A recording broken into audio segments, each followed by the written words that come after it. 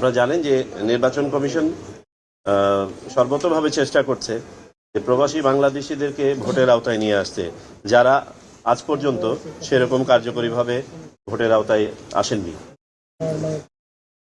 আপনাদের এটাও খেয়াল থাকার কথা যে গত 16 ডিসেম্বর মাননীয় প্রধান উপদেষ্টা জাতির উদ্দেশ্যে দেয়া ভাষণে প্রবাসী বাংলাদেশিদের ভোটের ব্যাপারে সুনির্দিষ্টভাবে কিছু বক্তব্য তুলে ধরেছেন। তার মধ্যে যেমন ছিল, উনি বলেছেন যে এবারে আমরা প্রবাসী বাংলাদেশিদের ভোট নিশ্চিত করতে চাই, এবার আশ্বাস নয় আমরা বাস্তবায়ন করতে চাই, এবং তিনি এটাও বলেছেন যে আমাদেরকে একটি নির্ভরযোগ্য ব্যবস্থা উদ্ভাবন করতে হবে। এই আলোকে কমিশন সংশ্লিষ্ট কমিটিকে দায়িত্ব প্রদান করে যে এটা নিয়ে গবেষণা করে একটা সুনির্দিষ্ট প্রস্তাব কমিশনের সামনে দিতে। কমিটি প্রচলিত আইন এবং নিয়ম গবেষণা করার পাশাপাশি আমাদের বিদেশে অবস্থিত বিভিন্ন দূতাবাস, 34টি দেশে অবস্থিত 44টি মিশন অফিস থেকে ফিডব্যাক সংগ্রহ করে। আমি সেগুলো নিয়ে বিস্তারিত পরে বলছি। বাংলাদেশ ডাক বিভাগের সাথে আলোচনা করা হয়, বিভিন্ন বিশেষজ্ঞ এবং সংশ্লিষ্ট প্রতিষ্ঠানের সাথে আলোচনা করা হয় এবং তাদের কাছ থেকে প্রেজেন্টেশন নেওয়া হয়, দেশি বিদেশি। এবং সর্বোপরি নির্বাচন ব্যবস্থা সংস্কার কমিশন যে সুপারিশ দিয়েছেন সেই সুপারিশটিও স্টাডি করা হয়। আমরা প্রচলিত নিয়মে দেখতে পেয়েছি যে 4 ধরনের ভোটার শুধুমাত্র পোস্টাল ব্যালটের মাধ্যমে ভোট দিতে পারেন। এই 4 ধরনের ভোটারের মধ্যে প্রবাসী ভোটার হচ্ছে একটি। আমরা 34টি দেশের 44টি মিশন অফিস থেকে ফিডব্যাকে মূলত 3টি জিনিস জানতে চেয়েছিলাম। ওই সকল এলাকায় প্রবাসী বাংলাদেশিদের সংখ্যা, ওই সমস্ত দেশে বা এলাকায় অপরাপর দেশ তাদের প্রবাসী নাগরিকদের জন্য কি ধরনের ভোট ব্যবস্থাপনা আয়োজন করে থাকেন, এবং সংশ্লিষ্ট মিশন অফিসের সুপারিশ বাংলাদেশি ভোটারদের ভোট প্রদানের ব্যাপারে। আমরা এখানে বিভিন্ন ধরনের সুপারিশ পেয়েছি। তার মধ্যে কেউ কেউ সশরীরে ভোটের ব্যাপারে মত দিয়েছেন, কেউ কেউ অনলাইন ভোটের ব্যাপারে মত দিয়েছেন, কেউ কেউ হাইব্রিড কোনো একটা সিস্টেমের কথা বলেছেন। পোস্টাল ব্যালটের ব্যাপারে কেউ কেউ বলেছেন, বাবার এটাও বলেছেন যে পোস্টাল ব্যালট বর্তমানে কার্যকরী নয়। সেটা আমি পরে বলছি কেন এটা কার্যকরী নয়। পোস্টাল ব্যালট করতে হলে এখানে একটা হাইব্রিড ম্যানেজমেন্ট করতে হবে।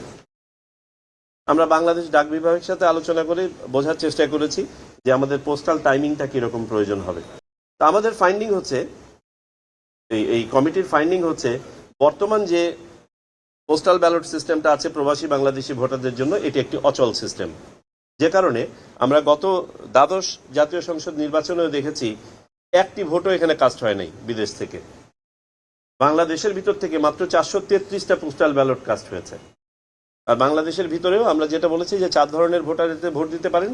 দেশের ভিতরে আপনার সরকারি কর্মকর্তা কর্মচারীরা, ভোট আয়োজন এবং অনুষ্ঠানের সাথে যারা সম্পৃক্ত থাকেন তারা, এবং আইনি হেফাজতে থাকা ব্যক্তি, তারাও পোস্টাল ব্যালটে ভোট দিতে পারেন।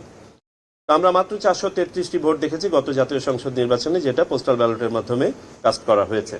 আর প্রবাসী বাংলাদেশিরা কেউই ভোট দিতে পারেন নাই। আমরা দেখেছি এটা একটা অচল পদ্ধতি এই জন্য যে সময়ে গিয়ে আপনার প্রতীক বরাদ্দ হওয়ার পরে ব্যালট পেপার ছাপানো হয়, তখন থেকে ভোট গ্রহণের জন্য বাকি থাকে মাত্র 10-12 দিন, বড় জোর 15 দিন। কিন্তু পোস্টাল ব্যালটে যদি বিদেশ থেকে ভোট দিতে হয়, আমরা হিসাব করে দেখেছি সর্বনিম্ন 24 দিন থেকে প্রায় 35 দিন 40 দিন পর্যন্ত লাগে। তো এখানেই বোঝা যাচ্ছে যে এটা কোনো কার্যকরী পদ্ধতি নয়, যে কারণে এটা চলবে না এবং এটার একটা বিকল্প আমাদের খুঁজে বের করতে হবে।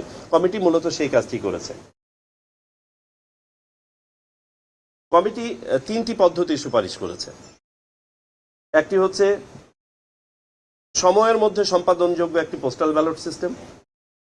2, একটি online system. By the way, আমরা বিভিন্ন দেশে খোঁজখবর নিয়ে দেখেছি অনলাইন সিস্টেমটা এখনো পর্যন্ত জনপ্রিয় হয়ে ওঠে নাই বা ব্যাপক আকারে প্রসার লাভ করে নাই। তদুপরি আমরা 4টি দেশে কিছু কিছু অনলাইন সিস্টেম আমরা দেখতে পেয়েছি, যেমন যুক্তরাষ্ট্র, ফিলিপিন্স, এস্তোনিয়া এবং মেক্সিকো। আর পাশাপাশি আমাদের উপমহাদেশে ভারত, পাকিস্তান সহ কয়েকটি দেশ পাইলট পর্যায়ে আছে গত কয়েক বছর ধরে এই অনলাইন সিস্টেম নিয়ে। আমরা ইউএনডিপির সাথে যখন আলোচনা করেছি, তারা আমাদেরকে যেটা বলেছেন যে অনলাইন সিস্টেমটা এখনো পর্যন্ত অনেকেই অ্যাডপ্ট করতে পারছে না। কেউ কেউ এটা ট্রায়াল পর্যায়ের পরে আবার ফেরত গেছে পূর্বের সিস্টেমে।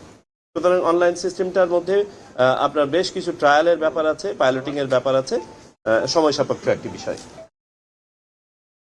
আমি যেটা বলছিলাম যে কমিটি 3টি পদ্ধতি সাজেস্ট করেছে। দুটো বললাম যে সময়ের মধ্যে সম্পাদনযোগ্য পোস্টাল ব্যালট, দ্বিতীয় হচ্ছে অনলাইন পদ্ধতি, আর তৃতীয়টি হচ্ছে প্রক্সি ভোট। প্রক্সি ভোট অর্থাৎ একজন প্রবাসী বাংলাদেশির পক্ষে বাংলাদেশে অবস্থানরত একজন ভোটার তার ভোটার এলাকার তার হয়ে ভোটটা দিয়ে দেওয়া।